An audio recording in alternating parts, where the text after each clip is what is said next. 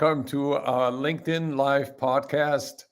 We have the great pleasure and honor of speaking with Dennis Cummins. He is an award-winning author, an accomplished speaker, and he is very passionate about selling, especially about the way we sell in an age that's inundated and polluted with technology. Welcome, Dennis. Hey, well, thank you, Garrett. I'm very happy to be here. I really appreciate you inviting me on. So you are a student of the profession of selling, and you have seen a lot of changes. What were the latest changes that made you worry that selling skills are going to atrophy in this environment?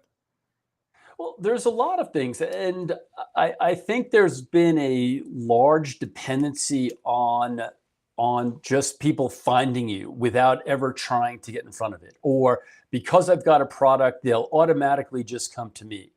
And with the onset of technology, with the onset of social media, with the onset of the availability of information that we've got, what happens is for every person that's got something to sell, there's a thousand other people selling that exact same thing in the exact same way.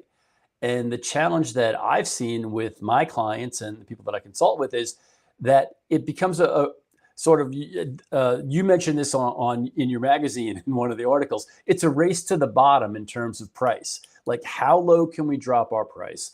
How affordable can we make it?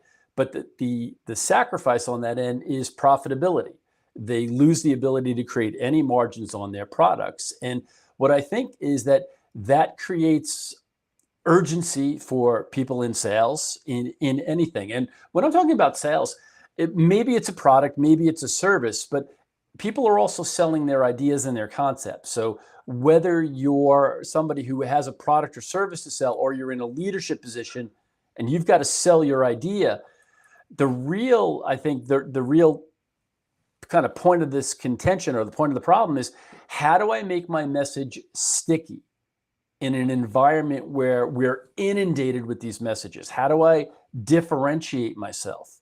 Or how do I take my company or my product or my vision and make it stand out when there's so much information out there? I think somebody once said, yeah, so somebody smarter than me said that there's an abundance of information and there's poverty of attention, which brings into focus not only the question, how can the salesperson focus more on value, and how can the salesperson get the buyer to focus on the value of their message? Right.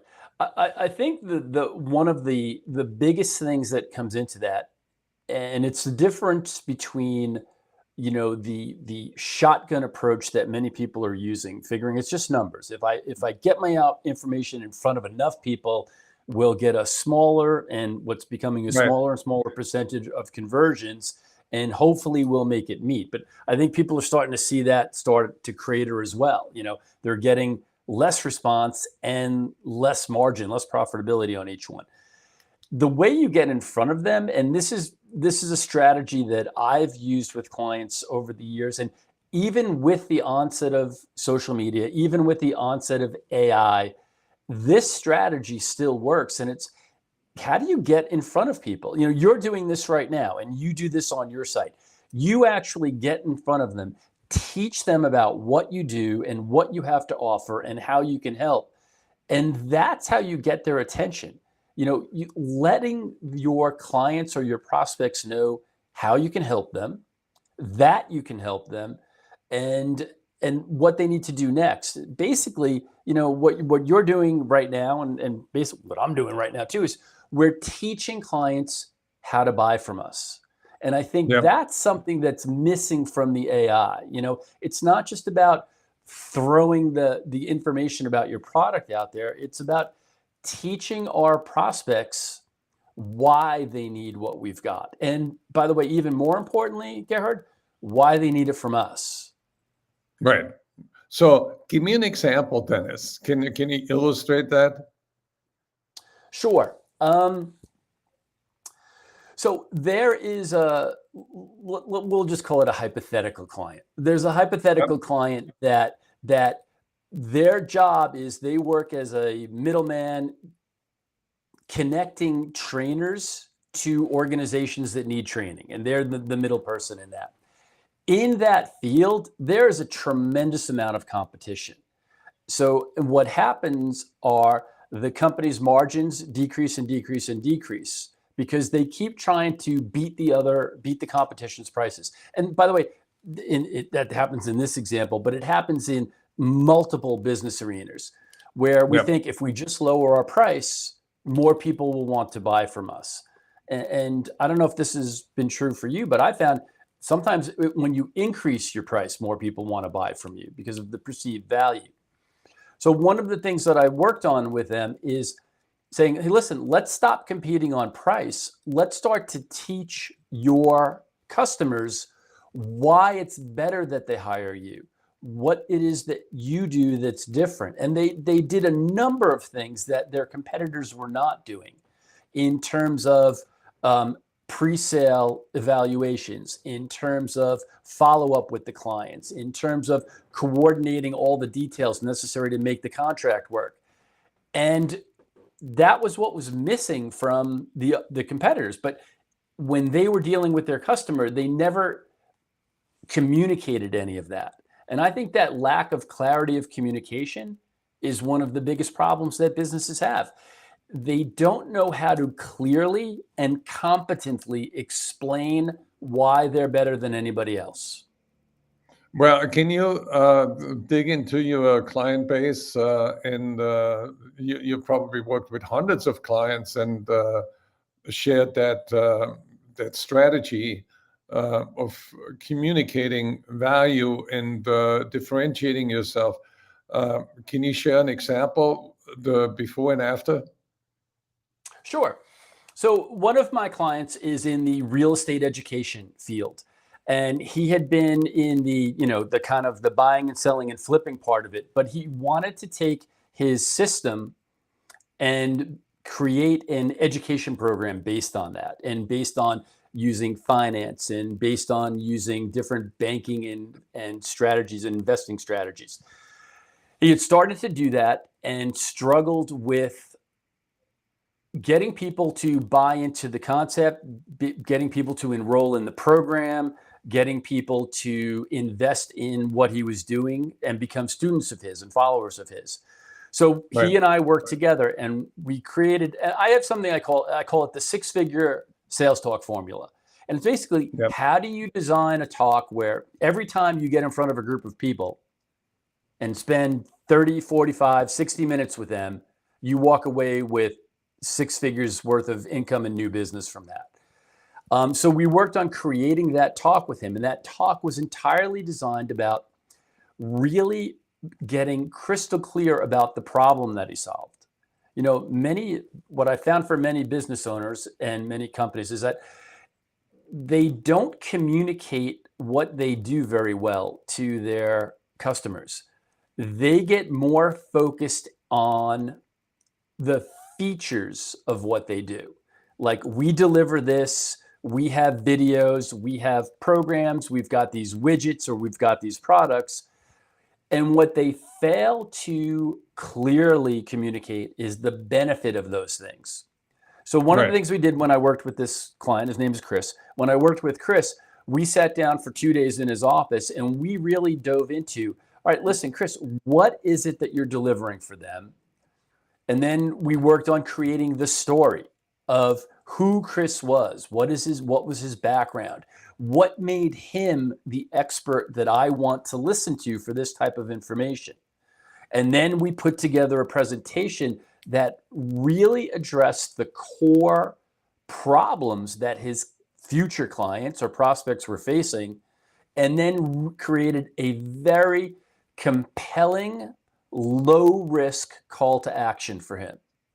The net result is Chris went from nearly zero profitability in year 1 to $4.2 million in revenue in year 2, using the talk Wow. and the presentation and the sales strategy that we designed. I had another That client is, that was doing that is, online programming and webinars. uh-huh. She increased sales 600% after adopting the changes. Nothing else was different. The information was the same, but for those of you that are watching right now, how good are you at explaining what you do to your customers? Do they see you as more valuable than anybody else that's out on the market, or are you just who costs more, who costs less? Yeah, it's really interesting. I deal with a lot of entrepreneurs, early stage technology companies. And my advice is always you need to spend as much time in marketing and selling than you spend time in developing your product. Anytime Dick and Harry can develop a product, but to sell that and connect with the market is another science. It's different. It's a different discipline. And I remember from my own experience, I created an audiovisual training course because I was a sales trainer and I was very successful at what I was doing. And when I stepped out and started my own business, I created this training course that uh, has worked for 10 years and created spectacular results for the company I worked for. And I asked a copywriter to write me a direct mail letter to sell that course. And I was very unhappy with it. I paid maybe $1,000 for that one letter. And then I found the right person, like a consultant like you, Dennis. And I said, can you help me write that? And we spent 2 days in New Yeah. York in his studio talking about the course and defining what is it, what does it do, what do people say about it, and I didn't even have a name for it. And after the first day, he says, well, what you're really doing is you're combining selling skills with nonverbal skills. And then he had this epiphany. He says, well, why don't we call it the languages of selling, verbal and nonverbal selling power? And I thought, I couldn't come up with that. I developed the course. I taught the course. I got results, but it didn't have the words. I didn't have the language. And he helped me create that language. And he wrote a direct mail piece, and that was the beginning of my business. That's how I was able to finance my business, because I started with zero capital, and then morphed it into Selling Power magazine, which became the largest sales management publication in the country. And I think what you are doing is so valuable to entrepreneurs. And I hope when you listen to this now, reach out to Dennis, because he can help you create the language you need in order to get the traction in the marketplace so you can grow your business. Yeah, you made a great point before, Gerhard, too. And I hear this all the time. And I know that I personally have the exact same problem is, you said, I never thought of the words for that, right? Yeah. And I am amazing at finding the words for other business owners. Yeah. I truly struggle with doing it for myself. Sometimes we're so close to our own stuff and we have Yes. so much emotion and background and everything else that goes behind it. It's really difficult. So listen, if you're listening and you want some help, I'd love to help you. Reach out anytime, connect here on LinkedIn, wherever. Fantastic. If not, here's what I recommend. You know what? Talk to somebody that that knows what your business is, and ask them to describe what you do. Like, get an outside opinion, someone that doesn't have your emotional baggage, if you will, to really and help you clarify what your message is and what people think of your business, because that perception is more important than reality in many cases, right? What do people see you as? What do they think of you as? And if enough people aren't seeing you, then you have to get better at communicating your value. I remember one of the things here's another story that sort of illustrates the point. I remember when Salesforce.com started, and it was a small entrepreneurial company, and I worked with Mark Benioff, and he started to advertise in Selling Power magazine, and he sent me an ad that had a little kid write on a blackboard I will not give my lunch money to Siebel. And I said, Mark, why are you advertising the competition? And and I encouraged him to rethink. And then he came back with the next month. He had a wonderful ad, and he had this logo, the end of software. And that was the beginning where his ads had traction.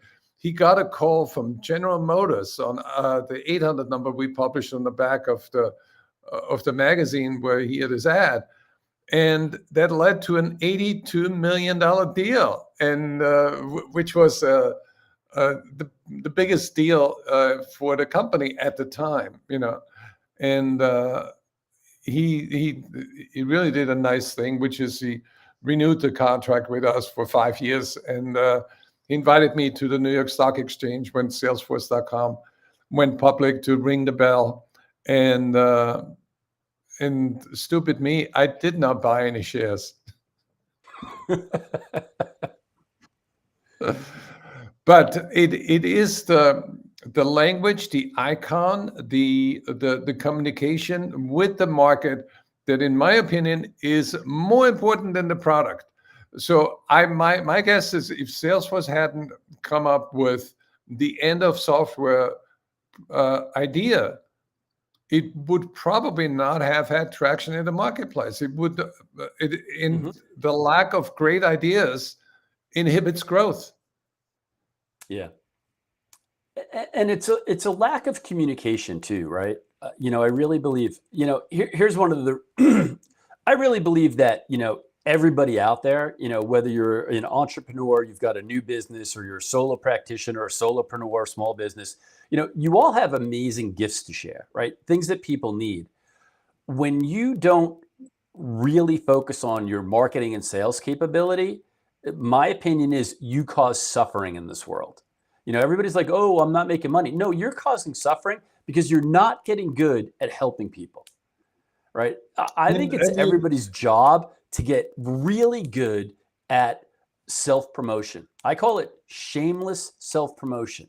If you've got something that's good and you've got something that can help people, whatever it is, whether it's a sales force, whether it's the software, whether it's financial advice, whether it's sales training, whether it's speaker training, whatever that is, if you don't get really good at helping people because of your own limitations or your own self-doubts or self-beliefs, well, then shame on you, right? Because people are out there. Gerhard, you're here to help people get better at doing that. Like, that is amazing. It's like, you're not just helping the people you're helping. You're helping all the people that they help by getting better at selling. I don't think there's anything cooler than that in this world. I think that's where it's at. It begins with the right mindset. It continues with the right skill set, and it reaches its peak with the right tool set. So mindset, skill set, and tool set is a mantra for growth. And the mindset should not be self-limiting. It should be self-enhancing. And we all have here the prefrontal cortex that we call the inner CEO that makes decisions about how far you can grow, how far you can go in this life.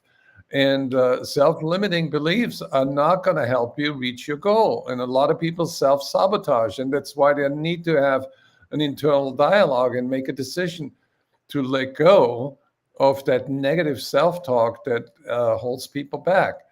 And, you say shameless self-promotion, which indicates that some people are ashamed to talk about themselves, talk about their qualities, talk about their advantages.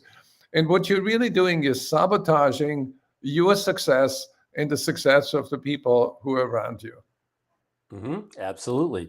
But we're all, we've all grown up hearing this expression, children should be seen and not heard. And, it's not okay to toot your own horn. Listen, if you're going to help somebody with what you've got, toot away.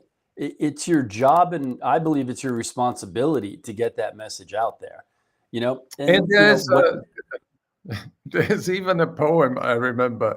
He who has a thing to sell and goes and whispers in a well is not so apt to get the dollars is he who climbs a tree and hollers. Dollars. That's awesome. I love that. Well, get in touch with Dennis. What is your website? DennisCummins.com. Simple, easy, and you're the master of words. And if you are currently facing a challenge with sales and marketing, come to Dennis. And if you're a sales leader and you're facing a challenge with growth, come to our CRO Summit on June 5th and 6th in Las Vegas. Here's a QR code where you get a discount and meet with incredible people. Dennis, are you coming to Vegas? Oh, I will absolutely be there. So if you're listening now, stop in and say hello. I'd love to meet you at the event. I'm really looking forward to it. Thank you, Dennis.